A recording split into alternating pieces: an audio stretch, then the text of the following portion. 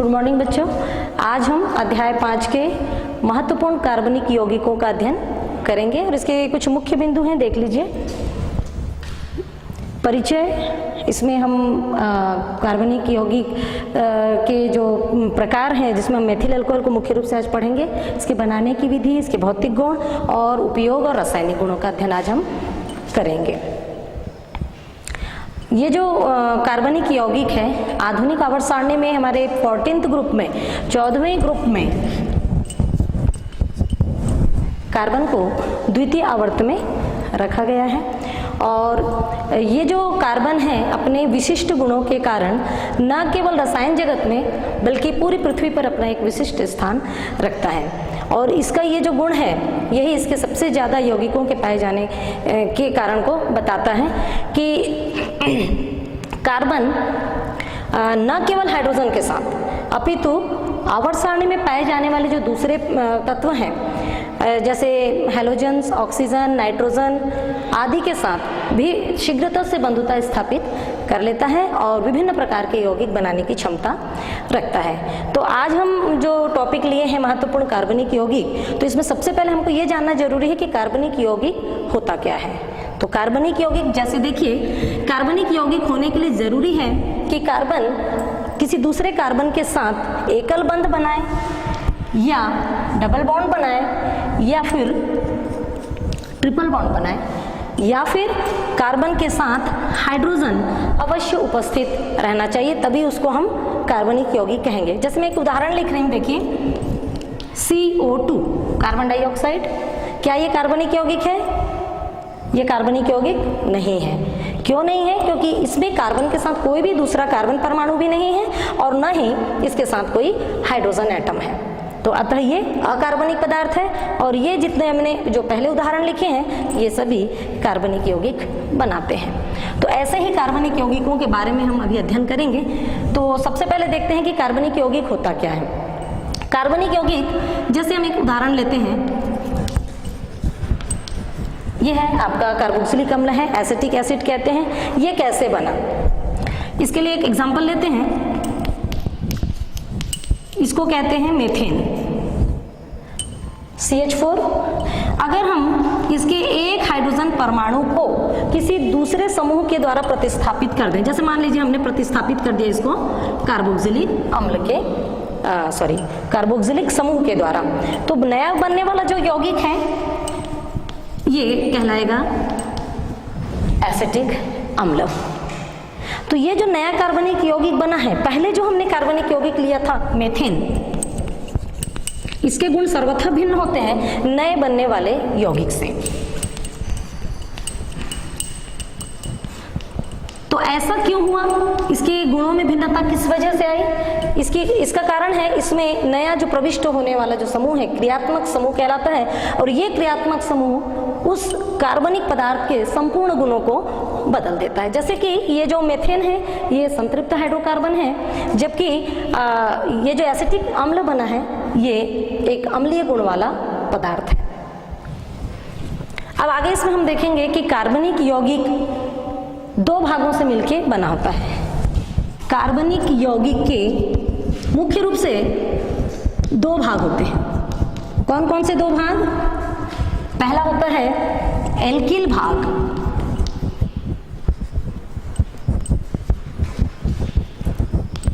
और दूसरा होता है इसमें क्रियात्मक समूह वाला भाग। तो यहाँ पर देखिए, मैं ये जो हमने नया क्रियात्मक समूह वाला एक नया कार्बनिक यौगिक बनाया है, इसके मैं दो भाग कर रही हूँ इस प्रकार से। तो ये जो एसिटिक अम्ल है, इसका ये जो पहला हिस्सा है, ये कहलाता है एल्किल भाग, और ये दूसरा हिस्सा कहलाता है क्रियात्मक समूह वाला हिस्सा।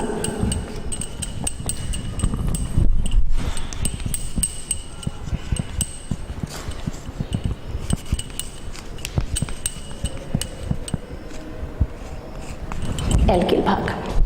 अब ये जो दो भाग हैं, इन दोनों भागों के मिलने से एक कार्बनिक यौगिक का निर्माण होता है। और ये जो क्रियात्मक समूह है, जो मूल जो हमने यौगिक लिया था उसके गुणों में ये परिवर्तन ला देता है, और इसी वजह से ये जो नया यौगिक बनता है अपनी विशिष्ट पहचान बना लेता है। तो सबसे पहले हम देखेंगे कि ये जो एल्किल वाला भाग है, इसके कुछ उदाहरण देख लेते हैं। जैसे पहला उदाहरण देखिए, मेथिल। मेथिल कैसे बना? ये मीथेन से बना। अब कैसे बना ये भी देख लेते हैं। मीथेन का जो सूत्र होता है, मैं इसमें संरचना सूत्र लिख रही हूं, CH4, इसको हम संतृप्त हाइड्रोकार्बन कहते हैं। और इसका जो जनरल फार्मूला होता है, इसको हम RH से प्रदर्शित करते हैं। आप लोग ये वाला हिस्सा जो देख रहे हैं, ये इतना हिस्सा CH3 जो मैंने लिखा है, ये R को रिप्रेजेंट करता है और ये एक हाइड्रोजन परमाणु को। तो ये जो पूरा जो संतृप्त हाइड्रोकार्बन है, इसको हम RH, एक सामान्य सूत्र है, इसके द्वारा प्रदर्शित करते हैं। अगर इसमें से ये एक हाइड्रोजन यहाँ से निकल जाए तो जो बचा हुआ भाग है इसको हम एल्किल भाग कहते हैं। अब चूंकि ये मीथेन से बना है, मीथेन से एक हाइड्रोजन परमाणु के विस्थापन से बना है, तो ये जो भाग है मीथेन से प्राप्त हुआ, इसलिए इसको कहेंगे मेथिल मूलक या मेथिल समूह। आप लोग यहाँ देख सकते हैं, ये हाइड्रोजन जब निकल जाएगा तो बचा हुआ भाग होता है R, इसको कहते हैं एल्किल। दूसरा उदाहरण लेते हैं हम एथिल मूलक का, एथिल मूलक का। इसमें हम लेते हैं एथेन, मैंने यहाँ पर अणुसूत्र लिखा है C2H6। इसमें से अगर हम एक हाइड्रोजन निकाल दें तो जो बचा हुआ भाग है वो होता है C2H5, एथिल मूलक। इसी प्रकार हम कुछ क्रियात्मक समूह के भी उदाहरण देख लेते हैं। ये हमने देखा कार्बनिक यौगिक के दो भाग होते हैं। पहला भाग एल्किल भाग कहलाता है, जिसमें हमने दो उदाहरण लिया, मेथिल, एथिल। इसके बहुत सारे समूह हैं, पूरी एक सीरीज है इनकी, methyl, ethyl, propyl, butyl, pentyl आदि। तो हम यहाँ पर केवल दो उदाहरण ले रहे हैं। अब इसमें अगला जो है क्रियात्मक समूह वाला भाग है, इसको देख लेते हैं। क्रियात्मक समूह में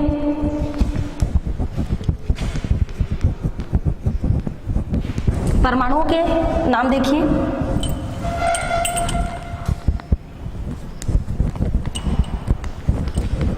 क्लोरीन, ब्रोमीन, आयोडीन। तो ये क्रियात्मक समूह के रूप में इनको संयुक्त रूप से हैलोजेंस कहा जाता है। लवण बनाने वाले तत्व हैं ये, हैलोजेंस कहते हैं। तो ये जो सदस्य हैं जब किसी यौगिक में जुड़ते हैं तो इनके नाम को हैलो कहा जाता है। हैलो मीन्स अगर क्लोरीन है तो क्लोरो हो जाएगा, ब्रोमीन है तो ब्रोमो हो जाएगा, और आयोडीन है तो आयोडो हो जाएगा। तो इसलिए यहाँ पर हम इसको ऐसा लिख सकते हैं, क्लोरो, ब्रोमो, आयोडो। इसका सामान्य सूत्र भी देख लेते हैं, इसको हम कैसे प्रदर्शित करेंगे। जैसे अगर क्लोरीन है किसी कार्बनिक यौगिक में तो उसको हम इस प्रकार प्रदर्शित करेंगे, RCl। इसी प्रकार अगर ब्रोमीन है तो RBr, और यदि आयोडीन है तो RI। इसी में दूसरा उदाहरण देखते हैं, ऑक्सीजन परमाणु लेते हैं। ऑक्सीजन परमाणु बहुत सारे क्रियात्मक समूह बनाते हैं। उदाहरण के लिए देखिए, हाइड्रोक्सिल समूह, इसी प्रकार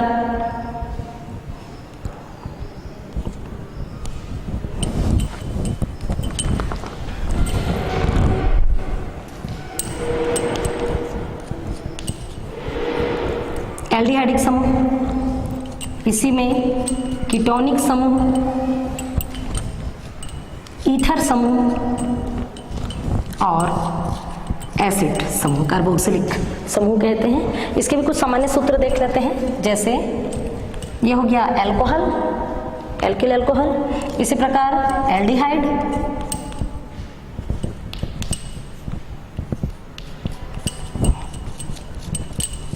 ये कीटोन और ये एसिड।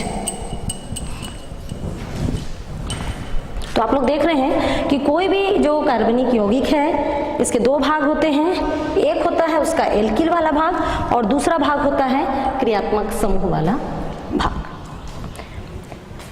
प्राचीन काल में जो मनुष्य था बहुत सारे कार्बनिक यौगिकों का इस्तेमाल किया करता था, जैसे अल्कोहल, सिरका, एल्ब्यूमिन आदि।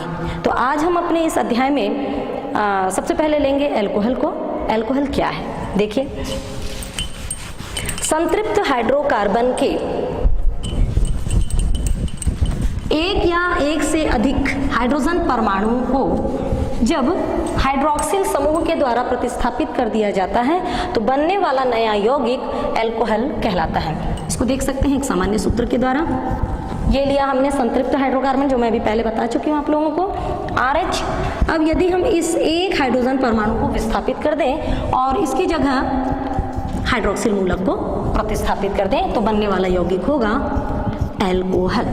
अब हम R की जगह कोई यौगिक ले लेते हैं, जैसे मेथेन, एथेन, प्रोपेन आदि। तो जैसे हमने ये ले लिया मेथेन, अगर इस रूप में लिखना है तो आप इसको ऐसे भी लिख सकते हैं, CH3H, दोनों का मतलब एक ही है, CH4। यहाँ से एक हाइड्रोजन निकल जाए और इसकी जगह हाइड्रोक्सिल समूह प्रतिस्थापित हो जाए तो नया बनने वाला जो यौगिक है ये कहलाता है मेथिल अल्कोहल। ठीक है बच्चों, देखिए फिर से हमने लिया मेथेन, संतृप्त हाइड्रोकार्बन। इसका एक हाइड्रोजन यदि हाइड्रोक्सिल समूह के द्वारा प्रतिस्थापित हो जा रहा है, ये माइनस चिन्ह का मतलब हाइड्रोजन निकल रहा है और प्लस का मतलब है ये हाइड्रोक्सिल समूह उस पर जुड़ रहा है। प्रतिस्थापन अभिक्रिया है, प्रतिस्थापन के द्वारा ही जो कार्बनिक नए नए गुणों वाले कार्बनिक यौगिक बनते हैं। तो ये हाइड्रोक्सिल समूह प्रतिस्थापित हो जाता है और बन जाता है एक नए गुण वाला मेथिल अल्कोहल। अब इसके बाद हम देखेंगे इसके प्रकार में हाइड्रोक्सिल समूह की संख्या के आधार पर, यह हाइड्रोक्सिल समूह देख रहे हैं क्रियात्मक समूह है, इसकी संख्या के आधार पर अल्कोहल को 3 भागों में बांटा गया है। पहला है मोनोहाइड्रिक अल्कोहल।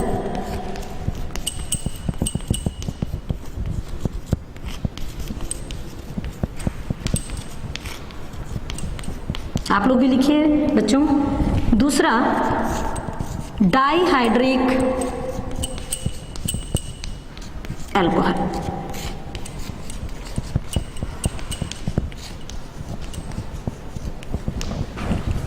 तीसरा होता है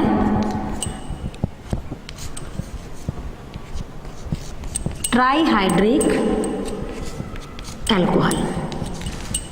अब इसका मतलब समझ लेते हैं थोड़ा सा। मोनोहाइड्रिक अल्कोहल कहने का मतलब जिसमें हाइड्रोक्सिल समूह की संख्या 1 हो। इसको आगे मैं और लिख रही हूँ, देखिए स्पष्ट हो जाएगा इससे। अब देखिए जो मोनोहाइड्रिक, मोनो का मतलब होता है 1, जिसमें हाइड्रोक्सिल समूह की संख्या हो उस यौगिक में केवल 1, वो मोनोहाइड्रिक अल्कोहल कहलाएगा। इसके एग्जाम्पल देख सकते हैं, मेथिल अल्कोहल, एथिल अल्कोहल। आप लोग इसमें देख रहे हैं स्पष्ट रूप से इन दोनों यौगिकों में अलग अलग हाइड्रोक्सिल समूह की संख्या केवल 1 है, इसलिए ये किसके अंतर्गत रखे गए हैं, मोनोहाइड्रिक अल्कोहल्स के अंतर्गत रखे गए हैं। दूसरा जो टाइप है डाइहाइड्रिक अल्कोहल्स का, इसमें हाइड्रोक्सिल समूहों की जो संख्या है ये 2 होती है। डाई का मतलब होता है 2। इसका एग्जाम्पल देखिए, CH2OH, CH2OH, इसका नाम है एथिलीन ग्लाइकॉल। Ethylene glycol. आप लोग इसमें देख सकते हैं कि हाइड्रोक्सिल समूह की संख्या एक ही यौगिक में 2 है, इसलिए ये कौन से प्रकार का अल्कोहल कहलाएगा, डाइहाइड्रिक अल्कोहल कहलाएगा। तीसरा प्रकार है ट्राइहाइड्रिक अल्कोहल का, इसमें हाइड्रोक्सिल समूह की संख्या होती है 3। इसका एक एग्जाम्पल लेते हैं ग्लिसरॉल। मैं इसको यहाँ पर बना रही हूँ बच्चों, कंफ्यूज नहीं होंगे, ये मैंने यहाँ लिखा है 3। इसका एग्जाम्पल यहाँ CH2OH, CHOH, CH2OH। अब आप लोग इसमें देख सकते हैं कि यौगिक एक ही है, लेकिन इसमें जो हाइड्रोक्सिल समूह है इसकी संख्या आप लोग देख सकते हैं 1 2 3 है। तो इसको हम किसके अंतर्गत रखेंगे, ट्राइहाइड्रिक अल्कोहल्स के अंतर्गत। तो ये हो गया प्रकार। एक बार फिर से देख सकते हैं, जो अल्कोहल्स होते हैं संतृप्त हाइड्रोकार्बन के एक या एक से अधिक हाइड्रोजन परमाणुओं को विस्थापित करने से बनते हैं, और ये जो अल्कोहल्स हैं इनको इनमें उपस्थित हाइड्रोक्सिल समूह की संख्या के आधार पर 3 भागों में बांटा गया है, मोनोहाइड्रिक अल्कोहल्स, डाइहाइड्रिक अल्कोहल्स और ट्राइहाइड्रिक अल्कोहल्स। इसके एग्जाम्पल हम लोग ने देखा, जिसमें हाइड्रोक्सिल समूह की संख्या केवल 1 हो उसे मोनोहाइड्रिक अल्कोहल कहते हैं। इसका उदाहरण है मेथिल अल्कोहल, अल्कोहल और एथिल अल्कोहल। इसी प्रकार डाइहाइड्रिक अल्कोहल में हाइड्रोक्सिल समूह की संख्या होती है 2 और इसका उदाहरण लिया हमने एथिलीन ग्लाइकॉल। तीसरा देखिए ट्राइहाइड्रिक अल्कोहल में जो हाइड्रोक्सिल समूह की संख्या होती है 3 और इसका एग्जाम्पल हमने लिया ग्लिसरॉल। चलिए आगे देखते हैं।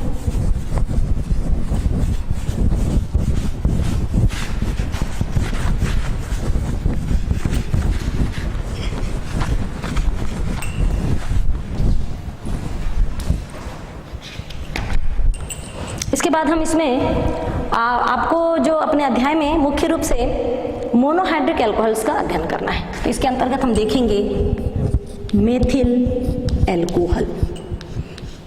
डाइहाइड्रिक अल्कोहल और ट्राइहाइड्रिक अल्कोहल का अध्ययन आप लोग उच्चतर कक्षाओं में करेंगे। आप लोग को अभी आपके जो कोर्स में है वो है मोनोहाइड्रिक अल्कोहल्स। तो इसमें हम पहला अल्कोहल ले रहे हैं मेथिल अल्कोहल। तो सबसे पहले देखते हैं इसका सूत्र, रासायनिक सूत्र।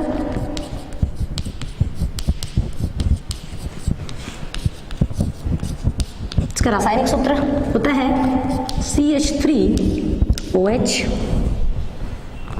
इसका संरचना सूत्र देखिए, इसका संरचना सूत्र में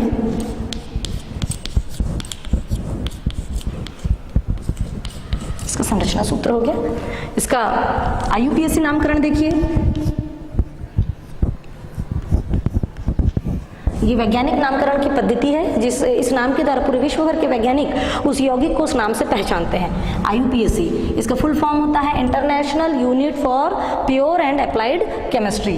तो IUPAC ये तो साधारण नाम हो गया जिसमें मेथिल अल्कोहल कहते हैं हम, इसका साधारण नाम है, लेकिन इसका जो इंटरनेशनल जो नाम है वो है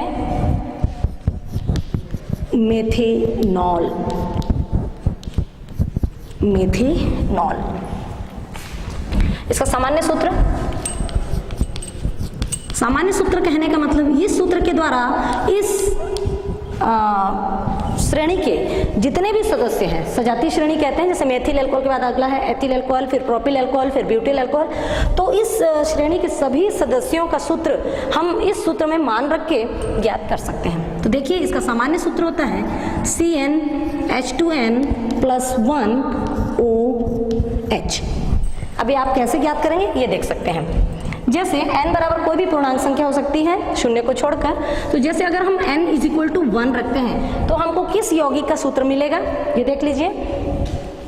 ये हो जाएगा n की जगह 1, H2 2n है तो n की जगह फिर रखेंगे 1, तो 2 × 1 + 1OH। अब इसको पूरा हल करेंगे तो हमको क्या मिलेगा, C 2 एकम 2 और 1 3 CH3OH। ये मेथिल अल्कोहल का सूत्र बन गया। इसी प्रकार एक उदाहरण और ले लीजिए। जैसे अगर हम n बराबर 2 रखते हैं तो यहाँ पर n की जगह आ जाएगा 2, 2 दूनी 4 और 1 5, ये 2 × 2 + 1OH करेंगे हम। इसको हल करने पर ये आएगा हमको C2 2 दूनी 4 और 1 5 H5OH। ये हो गया एथिल अल्कोहल का सूत्र। तो ये जो सामान्य सूत्र है इस परिवार के सजातीय श्रेणी के किसी भी सदस्य का अगर हमको आणविक सूत्र निकालना है तो वो संख्या रख के n बराबर मान रख के 1 2 3 4 हम उस समूह के सदस्यों का अणु सूत्र लिख सकते हैं। चलिए अब इसमें आगे हम देखेंगे इसकी बनाने की विधि। तो सबसे पहले देखेंगे हम प्रयोगशाला विधि। प्रयोगशाला विधि में मेथिल अल्कोहल को एल्किल हैलाइड के जल अपघटन द्वारा बनाया जाता है। एल्किल हैलाइड मतलब क्या है, जैसे मैंने अभी आप लोग को जब क्रियात्मक समूह बताया था तो एक उदाहरण लिखा था RCl।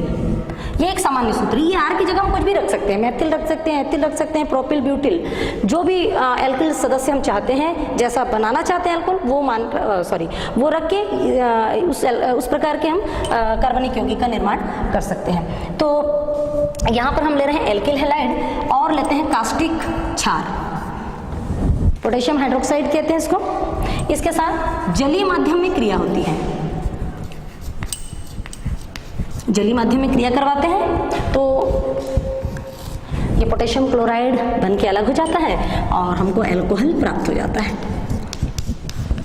तो चलिए अब एक एग्जांपल ले लेते हैं। ये तो हमने एल्किल लिया था, एक सामान्य सूत्र। अब यहाँ पर पर्टिकुलर एक कार्बनिक पदार्थ लेके इसका निर्माण करते हैं। तो R की जगह हम ले लेते हैं CH3Br, methyl bromide plus caustic potash जलीय माध्यम में अभिक्रिया करवाते हैं तो बनता है मेथिल एल्कोहल, जिसका IUPAC नाम है मेथेनॉल, और बन जाता है पोटेशियम ब्रोमाइड। देखिए बच्चों, मेथिल ब्रोमाइड का जलीय माध्यम में हमने कास्टिक पोटाश के द्वारा अभिक्रिया करवाने पर हमको मिलता है मेथिल एल्कोहल और पोटेशियम ब्रोमाइड। यह प्रयोगशाला विधि। अब प्रयोगशाला में हम किसी भी पदार्थ को जब बनाते हैं तो वो कम मात्रा में बनता है, तो इसको अधिक मात्रा में बनाने के लिए इसका औद्योगिक विधि के द्वारा उत्पादन किया जाता है। और औद्योगिक विधि द्वारा उत्पादन जब हम करते हैं मेथिल एल्कोहल का, तो इसके लिए हम लकड़ी का भंजक आसवन विधि का इस्तेमाल करते हैं। तो नेक्स्ट देखिए, औद्योगिक विधि। औद्योगिक विधि में हम लकड़ी का भंजक आसवन लोहे के रिटार्ट में, लोहे की एक गाड़ी होती है, रिटार्ट का मतलब एक लोहे का एक बक्सा होता है और उसमें लकड़ी के टुकड़ों को भर दिया जाता है और उस समय ताप होता है 350 डिग्री सेंटीग्रेड और इसमें वायु की अनुपस्थिति, जैसे हम कई अभिक्रिया कराते हैं वायु की उपस्थिति में, तो इसको हम करवाते हैं वायु की अनुपस्थिति में। इसके लिए वायु आवश्यक नहीं है इस अभिक्रिया के लिए। तो वायु की अनुपस्थिति में 350 डिग्री सेंटीग्रेड में जब लकड़ी का भंजक आसवन किया जाता है तो मेथिल एल्कोहल प्राप्त होता है। और इस क्रिया में हमको 4 प्रकार के पदार्थ मिलते हैं। ये कौन कौन से हैं देख लीजिए। सबसे पहला कास्ट गैसें, भंजक आसवन के बनने के बाद, भंजक आसवन होने के बाद हमको कुछ पदार्थ मिलते हैं कास्ट गैसें। दूसरा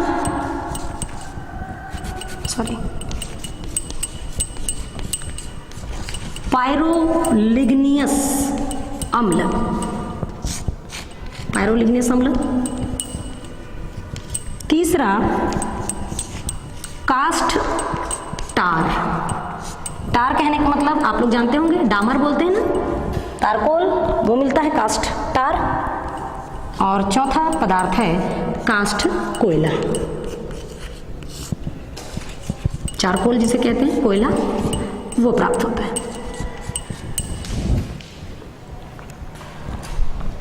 अब इसका डायग्राम देख लेते हैं, चित्र सभी बच्चे बनाएंगे अपनी अपनी कॉपियों में।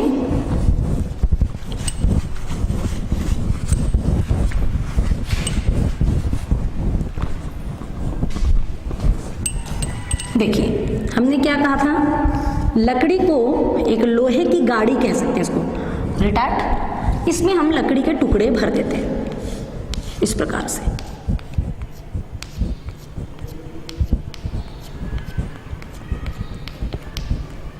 ये लकड़ी के टुकड़े भर देते हैं और इसको एक लोहे के कक्ष में इस प्रकार पैक कर देते हैं। ये जो लोहे का कक्ष है, फिर से एक बाहर भट्टी होती है,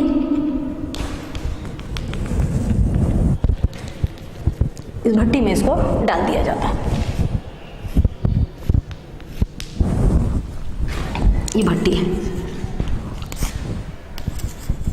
जहां से ताप मिलता है और लकड़ी का भंजक आसवन होता है। ये है लकड़ी से भरी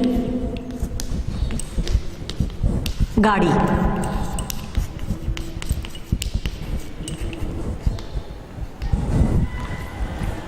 ये है लोहे का कक्ष, चैम्बर, जहां पर हमने लकड़ी की से भरी हुई गाड़ी को रख दिया है।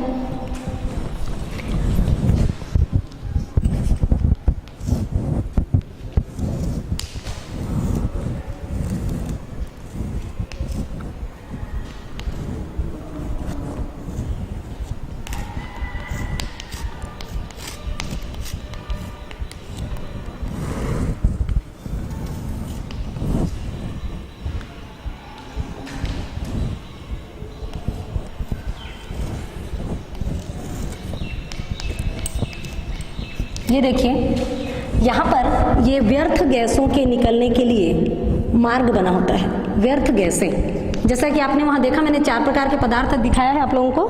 कास्ट गैसें, तो ये जो गैस बनती है, जैसे हम लकड़ी जलाते हैं तो carbon monoxide, carbon dioxide gas जो बनती है वो इस मार्ग से बाहर निकल जाती हैं। और ये एक अलग से एक मार्ग बना हुआ, यहाँ पर एक कीप लगा हुआ है। और इस चित्र को देखिए, मैं आगे कंटिन्यू कर देती हूँ।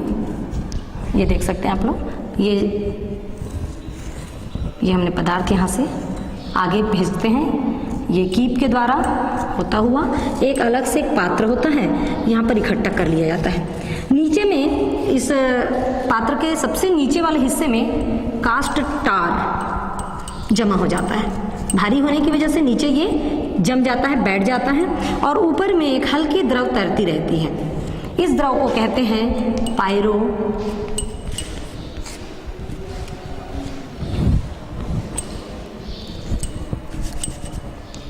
लिग्नियस, पायरोलिग्नियस अम्ल कहते हैं।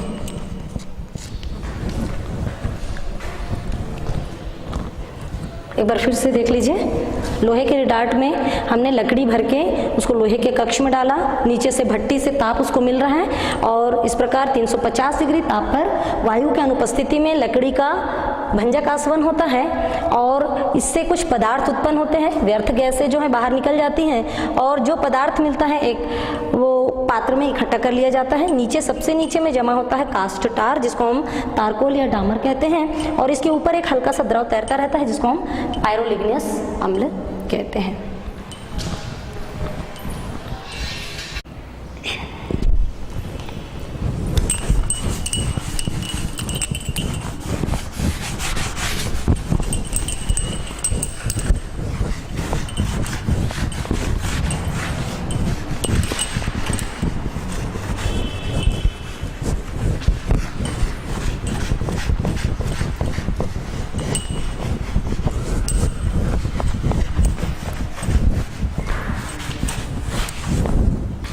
लकड़ी के भंजक आसवन के द्वारा हमको पायरोलिग्नियस अम्ल प्राप्त हुआ। अब ये जो पायरोलिग्नियस अम्ल है, ये कुछ पदार्थों का मिश्रण होता है।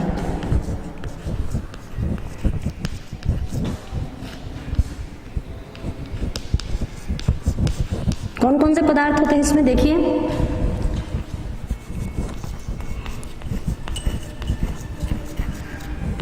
एसिटिक अम्ल,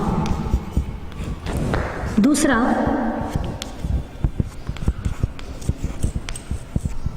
मेथिल एल्कोहल,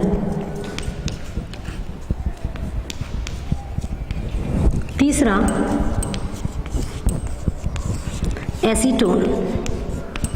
सभी कार्बनिक पदार्थ हैं और महत्वपूर्ण उपयोग है इनके। तो ये जो तीनों पदार्थ हमको मिले हैं, ये आपस में मिश्रित अवस्था में रहते हैं। जैसा मैंने देखा भी चित्र में कि जो कास्ट टार है उसके ऊपर एक हल्का द्रव तैरता रहता है, और उस द्रव में ये 3 पदार्थों का मिश्रण होता है। तो देख लेते हैं इसका प्रतिशत मात्रा। एसिटिक अम्ल जो है 8 से 10% मात्रा इसकी उपस्थित होती है कुल पायरोलिग्नियस एसिड में। मेथिल अल्कोहल की प्रतिशत मात्रा होती है 3 से 4%, और एसीटोन की प्रतिशत मात्रा होती है 5 से 10%। तो हमको क्या चाहिए? मेथिल अल्कोहल, क्योंकि हमने मेथिल अल्कोहल प्राप्त करने के लिए लकड़ी का भंजक आसवन किया था। तो मेथिल अल्कोहल को अब इस मिश्रण से हम कैसे अलग करेंगे? तो इसके लिए हम क्या करते हैं, ये जो पायरोलिग्नियस अम्ल है, मैं शॉर्ट में लिख रही हूँ पायरोलिग्नियस अम्ल, इसमें हम डाल देते हैं चूने का पानी, चूने का पानी मिला देते हैं। तो क्या होता है, चूने का पानी डालने से, चूने का पानी मतलब इसका रासायनिक सूत्र क्या है? Calcium hydroxide. तो इसमें जो एसिटिक अम्ल है ये चूने के पानी के साथ क्रिया कर लेता है। देखिए एसिटिक अम्ल का सूत्र, और इसमें हम डाल देते हैं चूने का पानी।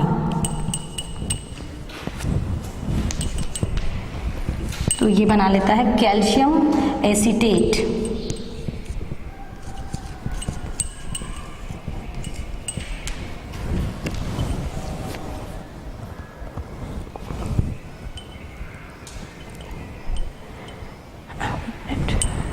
ये थोड़ा सा गलत हो गया।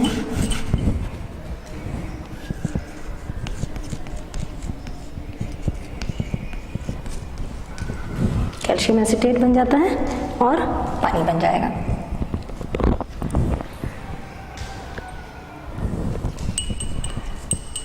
ये पानी बन जाता है। तो इस प्रकार ये जो मिश्रण है इसमें से एसिटिक एसिड कैसे अलग हो गया, चूने का पानी डालने पर कैल्शियम एसीटेट बनाकर ये अलग हो जाता है। अब बच जाते हैं दो पदार्थ, मेथिल अल्कोहल और एसीटोन। तो इसका हम क्या करते हैं, प्रभाजी आसवन करते हैं। प्रभाजी आसवन किसे कहते हैं? प्रभाजी आसवन का मतलब होता है जिसमें प्रभाजों में अलग अलग खंड में हम किसी पदार्थ का आसवन करते हैं और इसमें जो कम क्वथनांक वाला पदार्थ होता है वो पहले उबलता है, उसकी वाष्प पहले प्राप्त होती है और उसको हम फिर ठंडा करके शुद्ध अवस्था में प्राप्त कर लेते हैं, और जिसका क्वथनांक अधिक होता है वो उसके बाद उबलता है।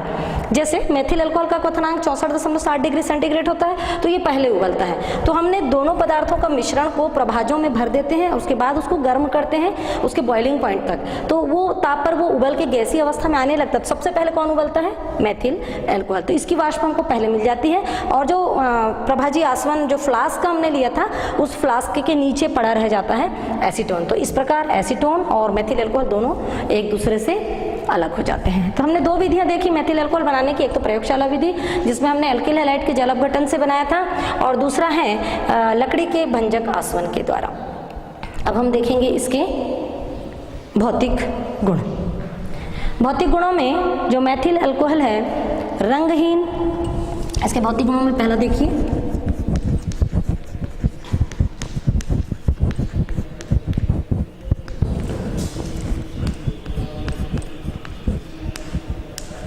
रंगहीन, अल्कोहलिक गंध जैसी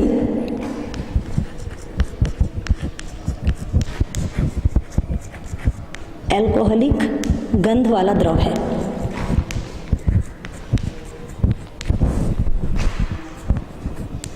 रंगहीन मतलब इसका कोई रंग नहीं, जैसे पानी होता है ऐसे ये भी कलरलेस होता है, और इसमें अल्कोहलिक गंध वाला कहने का मतलब जैसे अल्कोहलों की एक विशिष्ट गंध होती है वो गंध इसमें पाई जाती है।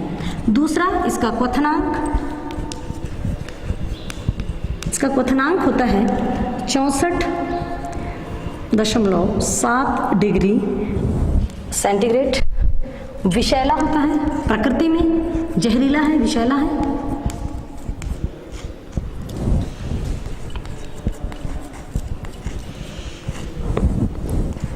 और ये जल और अन्य कार्बनिक विलायकों में घुलनशील होता है, विलेय होता है, आसानी से घुल जाता है। देखिए एक बार फिर से, मेथिल अल्कोहल के भौतिक गुणों में ये रंगहीन अल्कोहलिक गंध वाला द्रव होता है, द्रव तरल अवस्था में होता है।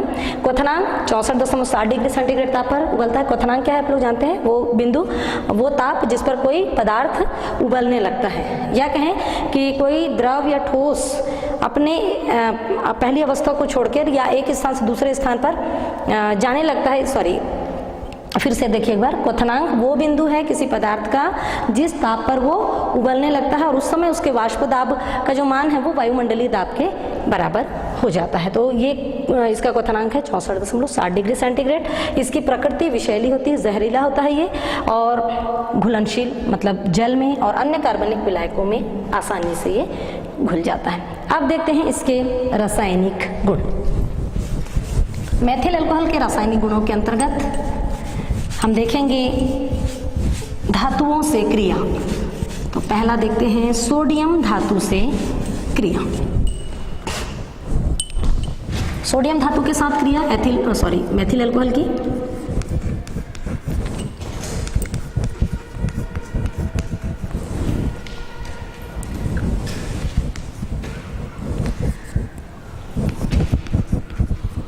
सोडियम धातु से क्रिया करके ये बनाता है सोडियम मेथॉक्साइड। इसको कहते हैं सोडियम मेथॉक्सी। ये जो CH3O समूह जो देख रहे हैं इसको मेथॉक्सी समूह कहा जाता है। तो इसका पूरा नाम होगा सोडियम मेथॉक्साइड, और बन जाता है हाइड्रोजन गैस उत्पन्न होती है। देख लीजिए, मेथिल अल्कोहल की हम सोडियम धातु के साथ कमरे के ताप पर अभिक्रिया करवाते हैं, मतलब इसको अलग से ताप देने की आवश्यकता नहीं है। कमरे के ताप पर ही अगर हम अभिक्रिया कराएंगे तो तुरंत ही रिएक्ट कर जाता है, इसकी क्रिया हो जाती है और ये सोडियम मेथॉक्साइड बनाता है और हाइड्रोजन गैस उत्पन्न होती है। दूसरी अभिक्रिया देखें इसकी सल्फ्यूरिक अम्ल के साथ। मेथिल अल्कोहल की सल्फ्यूरिक अम्ल के साथ अभिक्रिया। इसमें हम लेते हैं सांद्र सल्फ्यूरिक अम्ल। यहाँ पर जो सल्फ्यूरिक अम्ल हमने लिया है ये निर्जली कारक होता है और अभिक्रिया में जो जल उत्पन्न होता है अभिक्रिया के अंत में उस जल को ये सोख लेता है।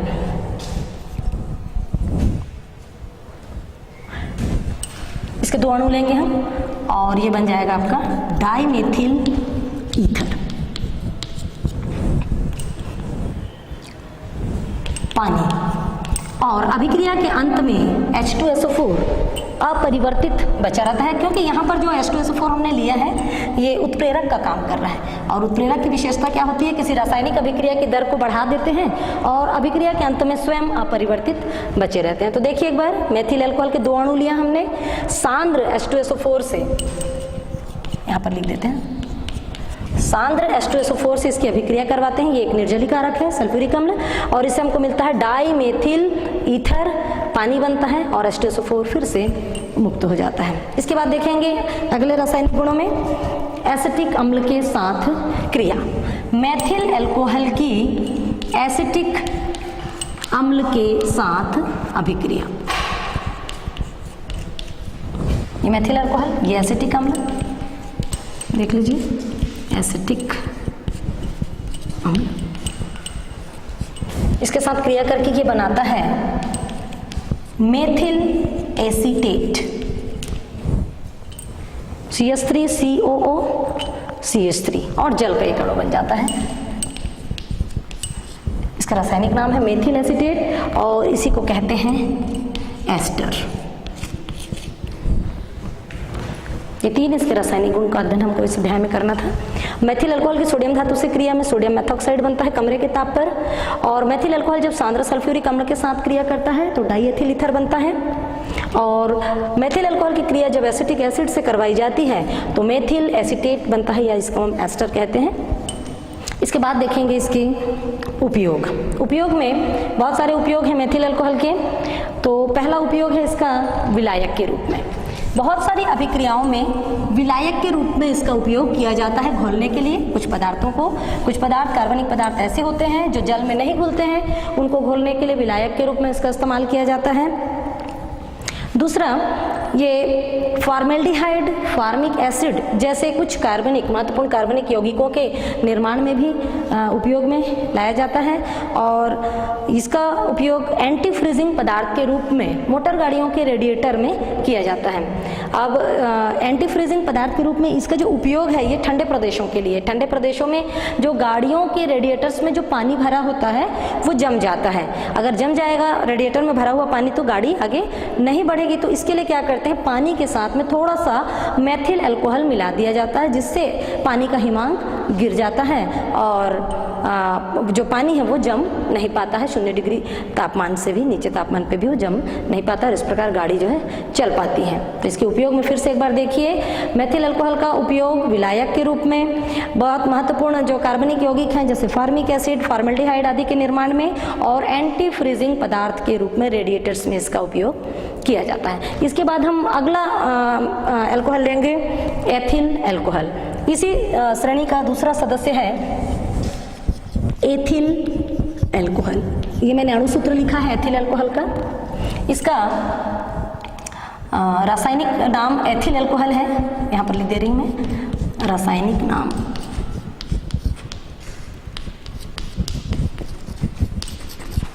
Ethyl alcohol. इसका IUPAC नाम देख लीजिए, जैसा हम मेथनॉल के लिए देखे थे मेथिल अल्कोहल के लिए, इसका नाम होता है एथेनॉल। इसका भी सामान्य सूत्र, जिस सूत्र के द्वारा हमने मेथिल अल्कोहल को प्रकट किया है वही सूत्र, क्योंकि इस श्रेणी के सभी सदस्यों के लिए वही सूत्र इस्तेमाल होता है जिसके द्वारा हम उसके अणुसूत्र को ज्ञात कर सकते हैं। CnH2n+1OH। इसका संरचना सूत्र देख लीजिए।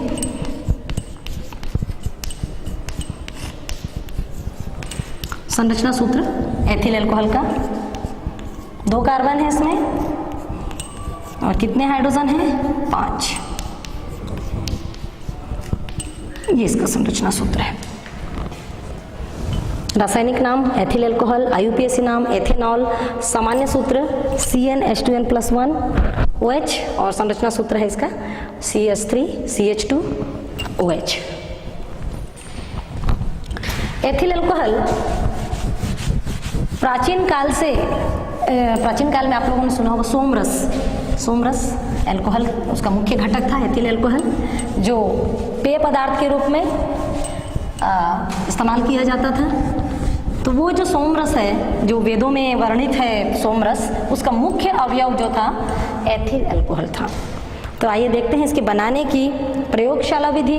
प्रयोगशाला विधि में वही विधि जैसा हमने मेथिल अल्कोहल के लिए देखा है, एल्किल हैलाइड के जल अपघटन के द्वारा। तो देखते हैं, इसमें हम ले लेते हैं एल्किल हैलाइड के रूप में एथिल क्लोराइड, और इसमें हम लेते हैं कास्टिक क्षार KOH, और जलीय माध्यम में हो रहा है चूंकि अपघटन, तो ये बनाता है C2H5OH plus KCl potassium chloride, और ये बन जाता है एथिल अल्कोहल। इसी प्रकार आप दूसरा हैलाइड भी ले सकते हैं, क्लोरीन की जगह ब्रोमीन भी ले सकते हैं, C2H5Br plus caustic potash, potassium hydroxide, जलीय माध्यम में अभिक्रिया करवाते हैं तो बनता है C2H5OH plus KBr potassium bromide. ये प्रयोगशाला विधि है। और औद्योगिक पैमाने पर इसका उत्पादन, अब औद्योगिक पैमाने पर उत्पादन क्यों किया जाता है? क्योंकि हमको जब उसकी बहुत अधिक मात्रा में जब आवश्यकता पड़ती है, उसकी उपयोगिता को देखते हुए, तो हमको उसका औद्योगिक पैमाने पर उत्पादन करना पड़ता है। तो औद्योगिक उत्पादन के लिए किण्वन की विधि सबसे ज़्यादा प्रचलित है, और ये पुराने समय से इस प्रक्रिया का इस्तेमाल किया जाता रहा है। किण्वन को हम क्या साधारण बोलचाल की भाषा में क्या कह देते हैं? सड़ाने की प्रक्रिया, किण्वन। तो देखते हैं इसकी परिभाषा। किण्वन जटिल कार्बनिक पदार्थों का एंजाइम्स की उपस्थिति में सरल कार्बनिक पदार्थों में धीमी गति से होने वाला विघटन किण्वन कहलाता है। एक बार फिर से नोट कर लीजिए, जटिल कार्बनिक पदार्थों का एंजाइम्स की उपस्थिति में सरल कार्बनिक पदार्थों में धीमी गति के द्वारा विघटन किण्वन कहलाता है। एक्चुअल में ये फर्मेंटेशन, इसको इंग्लिश में कहते हैं फर्मेंटेशन प्रोसेस। ग्रीक भाषा के शब्द से बना है। ग्रीक भाषा में फर्मा का मतलब होता था, फर्मा मीन्स टू बॉइल, मतलब जिस पात्र में किण्वन की प्रक्रिया करवाई जाती थी उस पात्र से कार्बन डाइऑक्साइड गैस बहुत अधिक मात्रा में उत्पन्न होती है किण्वन की प्रक्रिया के द्वारा। तो दूर से देखने पर वो ऐसा लगता था कि पात्र में कोई कोई पदार्थ उबल रहा है। तो उसी नाम के आधार पर इसका नाम रखा गया फर्मेंटेशन प्रोसेस। आगे इसमें देखेंगे हम एथिल अल्कोहल बनाने के लिए फर्मेंटेशन प्रोसेस के द्वारा, तो इसमें कुछ एंजाइम्स की आवश्यकता पड़ती है। एंजाइम्स जो होते हैं प्रोटीन युक्त पदार्थ होते हैं। तो दो प्रकार के एंजाइम्स की आवश्यकता पड़ती है जब हम एथिल अल्कोहल का निर्माण करते हैं। एक तो मिलता है हमको ईस्ट से, ईस्ट खमीर कहते हैं हिंदी में, फफूंद है एक प्रकार का, और दूसरा हमको मिलता है जौ से, अन्न है एक प्रकार का जौ। तो ईस्ट से प्राप्त होने वाले एंजाइम कौन कौन से? देखिए इसमें शॉर्ट में आप इसका नाम याद कर सकते हैं, जिम, ZIM, ऐसा नाम याद रखेंगे शॉर्ट फॉर्म में, तो क्या है आपको परीक्षा में भूलने की गुंजाइश नहीं रहेगी। इसका देखिए पूरा मैं लिख रही हूँ।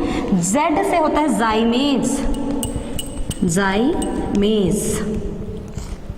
I से इनवर्टेज, और M से माल्टेज।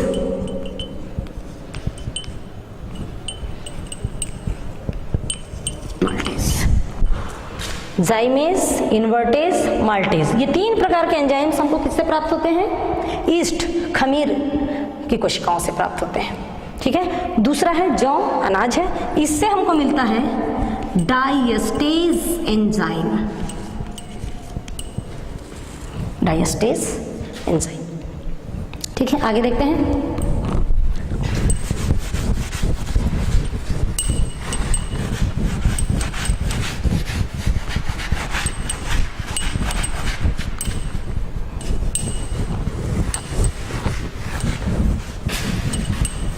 अब हमको एथिल अल्कोहल का निर्माण करना है, तो इसके लिए हम 2 प्रकार के पदार्थों से इसका निर्माण कर सकते हैं। वो 2 प्रकार के पदार्थ कौन से हैं? एक तो है गन्ने का शीरा, और दूसरा है स्टार्च युक्त पदार्थ।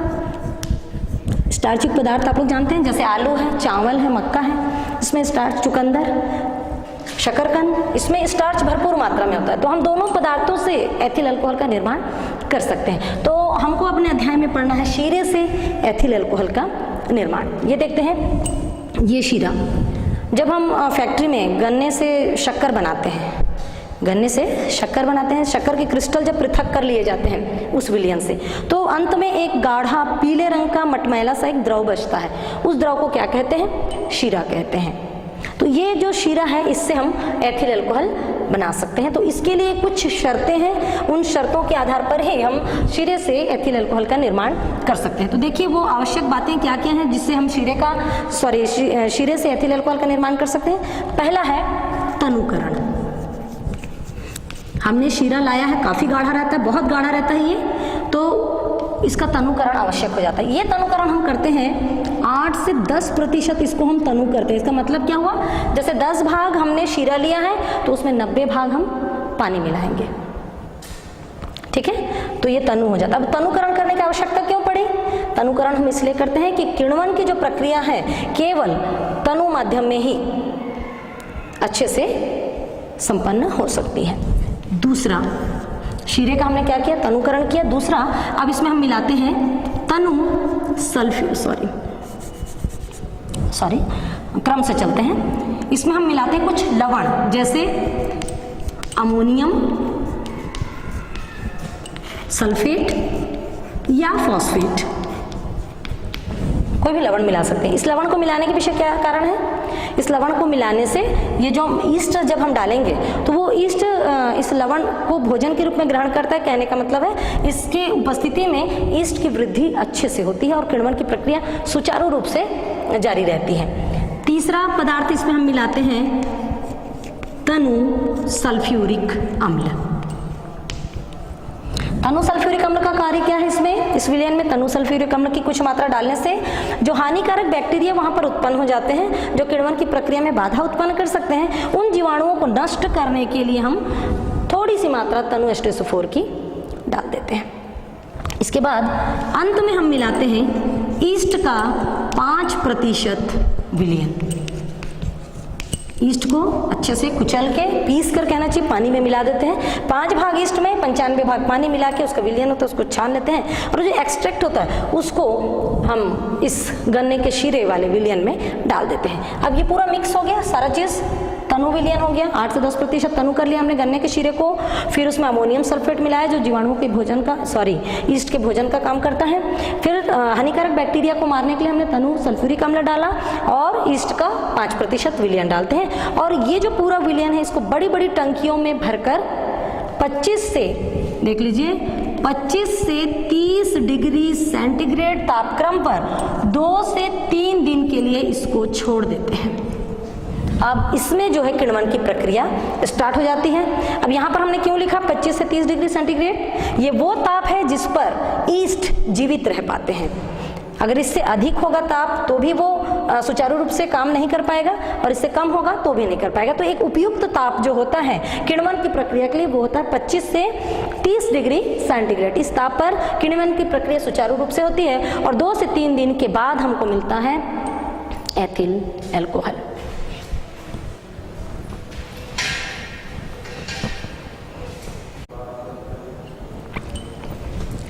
ये महत्वपूर्ण कार्बनिक यौगिकों के मुख्य बिंदुओं के अंतर्गत इसमें हमको एथिल अल्कोहल भी पढ़ना है। एथिल अल्कोहल, इसके बनाने की प्रयोगशाला विधि,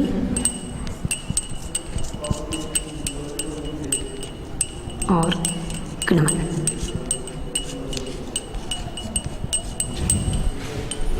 तो इस प्रकार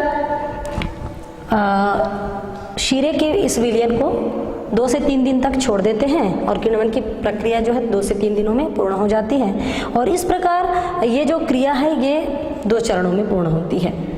अल्कोहल बनने की क्रिया 2 चरणों में पूर्ण होती है और इस प्रकार जो हमको विलयन प्राप्त होता है वो उसमें जो अल्कोहल की प्रतिशत मात्रा है ये होती है 10%। 10% अल्कोहल इसमें उपस्थित होता है और ये जो विलयन हमको मिलता है इसको कहते हैं वाश। वास्तव में ये अनासुत मदिरा है, अनडिस्टिल्ड है, अशुद्ध है। धन्यवाद बच्चों।